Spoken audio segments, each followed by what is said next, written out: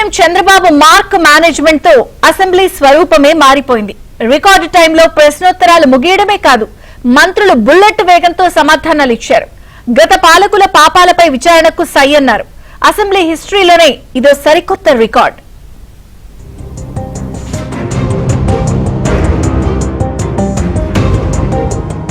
AP assembly మొదటి రోజు సమావేశం అవగానే ముందుగా ప్రశ్నోత్తరాలకు స్పీకర్ అనుమతిచ్చారు. దీంతో సభ్యులు మొత్తం 8 ప్రశ్నలు సంధించగా మంత్రులు వాటికి సూటిగా సమాధానమిచ్చారు. మొత్తం ప్రశ్నోత్తరాల్లో ఒక్కో ప్రశ్నకు 5 నిమిషాలు సమయం తీసుకున్నారు. దీంతో తొలిసారి అసెంబ్లీ చరిత్రలో సకాలంలో ప్రశ్నోత్తరాలు ముగిసినట్లు స్పీకర్ ప్రకటించారు. ప్రశ్నోత్తరాల సమయంలో విద్యాశాఖ మంత్రి నారా లోకేష్ కు ఆదికవి నన్నయ్య యూనివర్సిటీలో అక్రమాలపై సభ్యులు ప్రశ్నలు లేవనెత్తారు. నన్నయ్య యూనివర్సిటీలో గత ప్రభుత్వ హయాంలో జరిగిన భారీ అవకతవకలపై ఎమ్మెల్యే బలరాం కృష్ణ మండిపడ్డారు. మౌలిక సదుపాయాలు, కావాల్సిన సిబ్బంది లేకున్నా ముడుపులు తీసుకుని అధికారులు అనుమతులిచ్చారని ఆరోపించారు. ఫీజుల డీడీల క్లోనింగ్, అక్రమ ప్రమోషన్లపై విచారణ జరిపి విద్యా వ్యవస్థను ప్రక్షాళన చేయాలని మంత్రి నారా లోకేష్ ని కోరారు.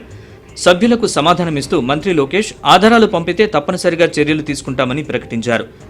త్వరలోనే కొత్త ఎగ్జిక్యూటివ్ కౌన్సిల్ నియమించి వర్సిటీని ప్రక్షాళన చేస్తామని హామీ ఇచ్చారు.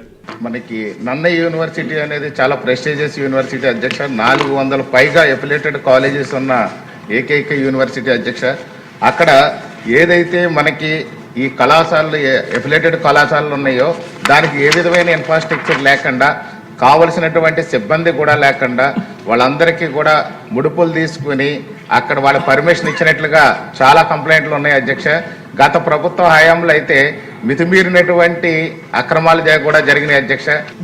వివరాలు ఏమైనా ఉంటే సెపరేట్గా గౌరవ సభ్యులు పంపిస్తే ప్రభుత్వానికి తప్పనిసరిగా నేను యాక్షన్ తీసుకుంటాను. ఎందుకంటే గౌరవ సభ్యులు గతంలో కూడా నాకు రిప్రజెంటేషన్ ఇచ్చారు ఇదే యూనివర్సిటీకి, కానీ వేరే ఇష్యూస్ పైన నాకు రిప్రజెంటేషన్ కూడా ఇచ్చారు. అది కూడా నేను అది కూడా రివ్యూ చేసి నేను ఈ హౌస్కి వస్తాం కూడా జరిగింది అధ్యక్ష. సార్ చెప్పినట్లు ఏంటంటే గౌరవ సభ్యులు చెప్పినట్లు నేను సభ్యుడిని కోరేది, ఏ కాలేజ్కి ఇట్లా పర్మిషన్ ఇచ్చారో ఆ వివరాలు ఉంటే దయచేసి నా దృష్టికి తీసుకురామని నేను కోరుతున్నా అధ్యక్ష. ఎమ్మెల్యే గాలి భానుప్రకాష్ అడిగిన ప్రశ్నకు మంత్రి నారాయణ సూటిగా సమాధానమిచ్చారు. పుత్తూరు మున్సిపల్ చైర్మన్ తప్పుడు కుల ధృవీకరణ పత్రాలతో పదవి పొందారన్న మంత్రి 2 సార్లు వివరణ తర్వాత ఆయనపై అనర్హత వేటు వేసి తొలగించామన్నారు. దీనికి సంబంధించి ఈ నెల 9న జీవో 135 జారీ చేశామని తెలిపారు. లాస్ట్ 5 years లాస్ట్ గవర్నమెంట్ ప్రతి దాంట్లో కూడా మొత్తం వ్యవస్థను విచ్ఛిన్నం చేయడం మనం చూసాం. దాంట్లో భాగంగానే పుత్తూరులో కూడా పూర్తిగా కులం కాని వాళ్ళని కులం తీసుకొచ్చి పెట్టి వాళ్ళ కుర్చీలో కూర్చోబెట్టి పదవిలో పెట్టారు.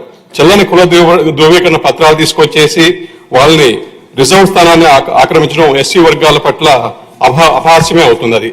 అదే ఇది పరిపాలనా వైఫల్యమా లేకపోతే రాజకీయ ప్రోత్సాహంతో జరిగిందనేది కూడా తేల్చాల్సిన అవసరం ఉంది అధ్యక్ష. జీవో నెంబర్ 135లో టోటల్ ఎంక్వైరీ రిపోర్ట్స్ మొత్తం టోటల్గా ఇవ్వడం జరిగింది అధ్యక్ష.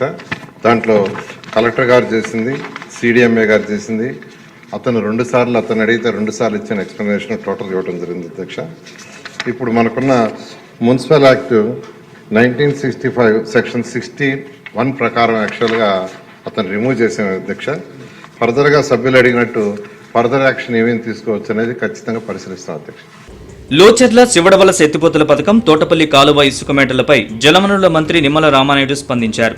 గత 5 ఏళ్ల నిర్లక్ష్యం వల్ల రైతులు ఇబ్బంది పడ్డారని, ఇప్పటికే పూడికెత్తిత పనులకు నిధులు మంజూరు చేశామన్నారు.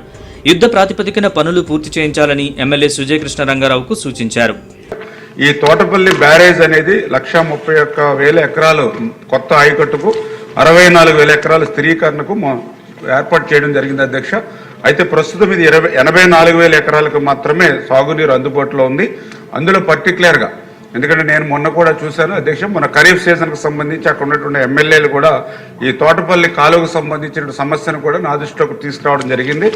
గత ప్రభుత్వంలో పెండింగ్ లో పెట్టిన 110 కోట్ల రూపాయల మెస్ ఛార్జీలను కూటమి ప్రభుత్వం వచ్చాకే విడుదల చేశామని మంత్రి సవిత ప్రకటించారు. లోకేష్ చొరవతో విద్యార్థులకు సూపర్ ఫైన్ రైస్ పెడుతున్నామని, నాణ్యమైన భోజనం అందించడమే తమ లక్ష్యమని వివరించారు. గతంలో ఏదైతే గత 5 సంవత్సరాలుగా ఏదైతే బీసీ బిడ్డలు చదువుతున్న బీసీ హాస్టల్స్, బీసీ గురుకులాలు కనీసం మరమ్మతులు కూడా చేయకపోవడంతో చాలా ఇబ్బంది పడ్డారు అధ్యక్ష. మరి అవన్నీ దృష్టిలో పెట్టుకొని మన ప్రభుత్వం రాగానే మరి బీసీ హాస్టల్స్ కు, బీసీ గురుకులాలన్నీ రిపేర్లు కూడా జరిగాయి. కొంతమంది శాసన సభ్యులు వారి సొంత నిధులతో కూడా మరమ్మతులు కూడా చేపించారన్న విషయం కూడా తెలియజేస్తూ గందరగోళం లేదు, అనవసర విమర్శలు లేవు. పాయింట్ టు పాయింట్ చర్చతో సభ హైటెక్ లుక్ సంతరించుకుంది. ముఖ్యంగా ప్రశ్నోత్తరాల సమయం రికార్డు స్థాయిలో 50 నిమిషాల్లోనే ముగియడం అందరినీ ఆశ్చర్యపరిచింది.